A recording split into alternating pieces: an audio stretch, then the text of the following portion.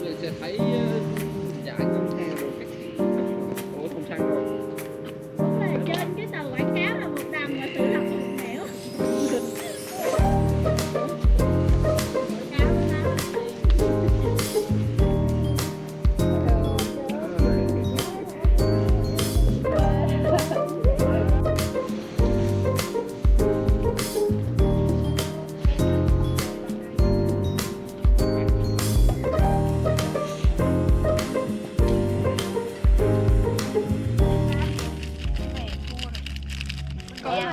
Mình đâu có nói gì đâu đúng không? Wow. Con Mạnh Hà nói thôi chị. Hem. Chị rất con đưa cho. Ê đừng thấy ra thôi. Ra con mấy cái rồi. Dạ con. Ủa nó đâu sáng không lên hả? Không. Nó mà lên cái gì?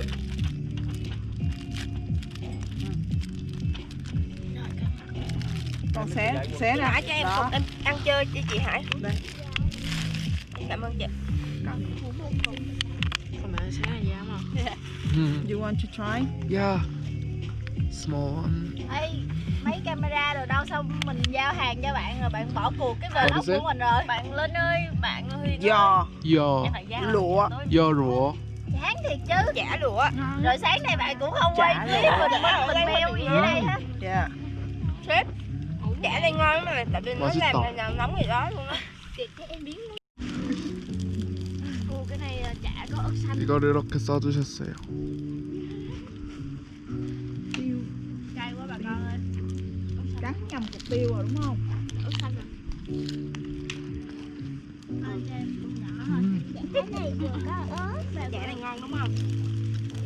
Wow, đó là đây mua mà ngon được. Nhưng mà cái bài này là đáng chợ đêm thôi, chả có phải là nhà nóng gì đó này.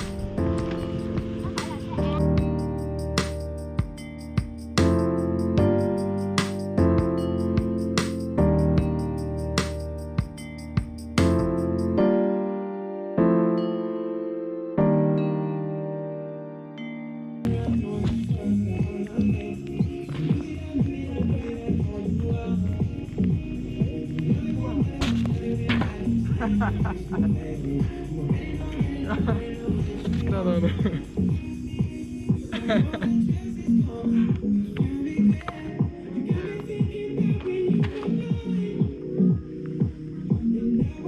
You like tuna?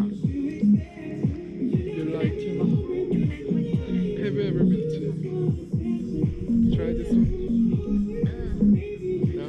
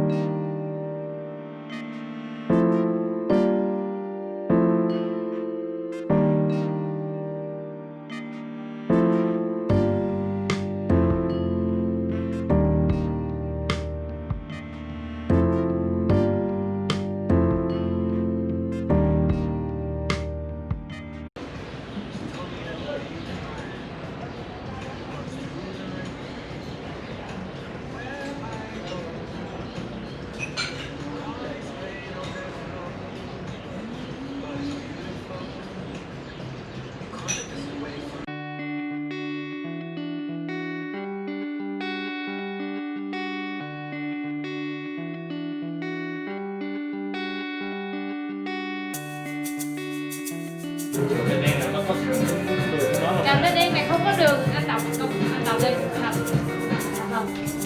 Tình tôi vào. Yeah. Ngắn vậy.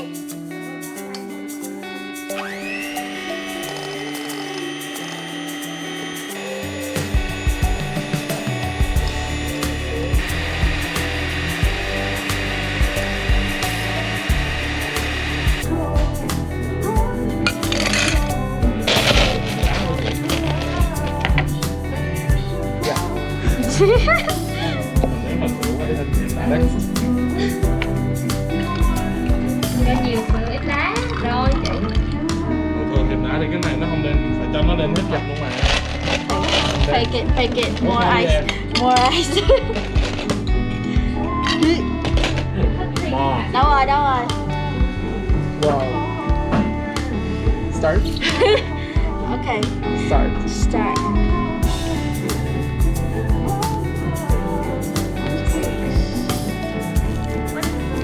À, nó fail rồi. Fail rồi mấy bạn ơi. Cực. Cái này chỉ có mút không? Mà thì nó đẹp hơn. Yep. Chuyên nghiệp lên thì là chuyên nghiệp. Chuyên nghiệp lên. Đừng tan nhé chị. No. Damn it. Theo rồi. Này con I này try, cầm I tùm lum try. chập rồi quên nè. Em mang vô trong nha. Look cool. Yeah. I think it look cool. I think.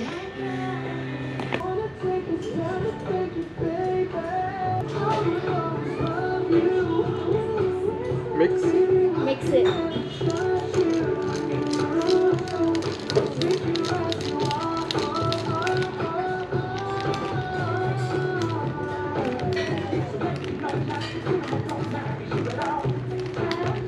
I don't think you can mix it actually because it's foam, Yeah. so it floats. Just sip it on top through the milk. Ah, okay.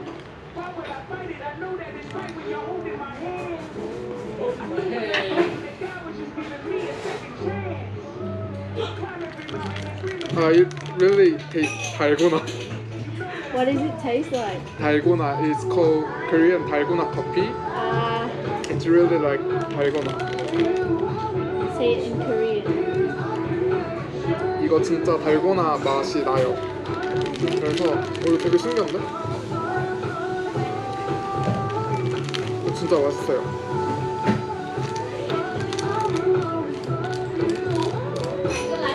Biết hai đứa đang làm gì đúng không?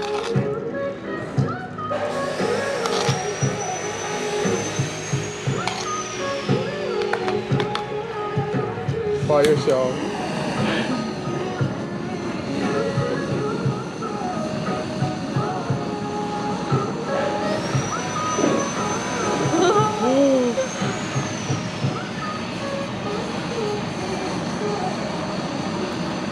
Now this is gonna be something different from other people. Yeah.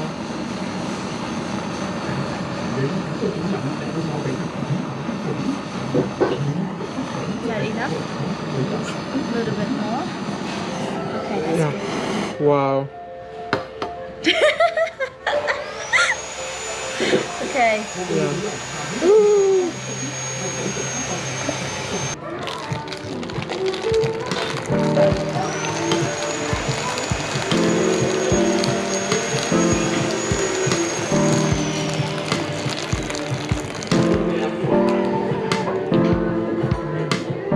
딱 좋은데?